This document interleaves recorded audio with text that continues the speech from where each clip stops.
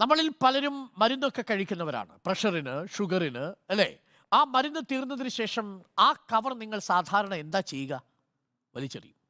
വലിച്ചെറിയരുത് കേട്ടോ.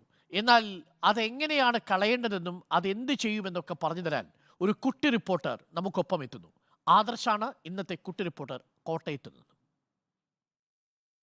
ഹലോ, ഞാൻ ആദർശ്. ഞാൻ കൂരോപ്പടയിൽ നിന്നാണ് വരുന്നത്. ഞങ്ങളുടെ നാട്ടിൽ മാതൃകയാക്കാവുന്ന ഒരു സംരംഭമുണ്ട്. എന്താണെന്നല്ലേ, നമുക്ക് കാണാം.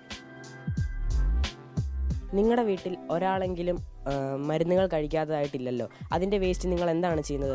വെറുതെ പുറത്തോട്ട് കളയുകയല്ലേ ചെയ്യുന്നത്.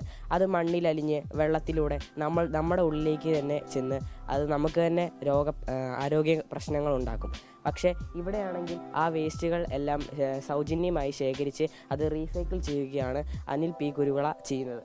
ആ സംരംഭം എന്താണെന്ന് നമുക്ക് വിശദമായി കാണാം.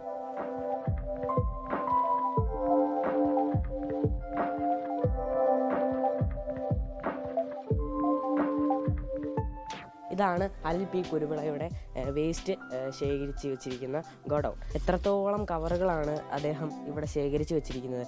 ഏകദേശം 4000-ഓളം വീടുകളിൽ നിന്ന് 2000 ടണ്ണിലേറെ മരുന്ന് കവറുകളാണ് അദ്ദേഹം ശേഖരിച്ച് വെച്ചിരിക്കുന്നത്. അത് ഇദ്ദേഹം ഇപ്പോൾ ഒരു സ്വതന്ത്ര ഏജൻസിക്ക് റീസൈക്കിൾ ചെയ്യാൻ വേണ്ടിയിട്ട് കൈമാറുകയാണ്. സാധാരണഗതിയിൽ മരുന്ന് കമ്പനികൾ തന്നെ ഇത് റീസൈക്കിൾ ചെയ്യണമെന്നാണ് പറയുന്നത്. പക്ഷേ ആ നിയമം കർശനമാക്കിയിട്ടില്ലാത്തതുകൊണ്ട് ഒരു സ്വതന്ത്ര ഏജൻസി തന്നെ ഇത് റീസൈക്കിൾ ചെയ്യാൻ വേണ്ടി എടുത്തിരിക്കുകയാണ്. 2 വർഷത്തെ ഉപയോഗിച്ച ഗുളികയുടെ കവറാണ് ഇപ്പോൾ ഇവിടെ ചാക്കി കെട്ടി വെച്ചിരിക്കുന്നത്.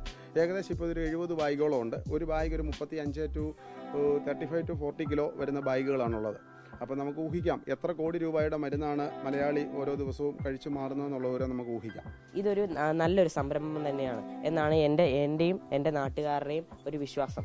അദ്ദേഹം അതുകൂടാതെ കുറേ വേസ്റ്റുകളും വേറെ വേസ്റ്റ് മരുന്നുകളും എല്ലാം റീസൈക്കിൾ ചെയ്യാൻ വേണ്ടി പല വീടുകളിൽ നിന്നും കളക്ട് ചെയ്തിട്ടുണ്ട്. ഇതെല്ലാം സൗജന്യമായിട്ടാണ് അദ്ദേഹം കളക്ട് ചെയ്തിരിക്കുന്നത്.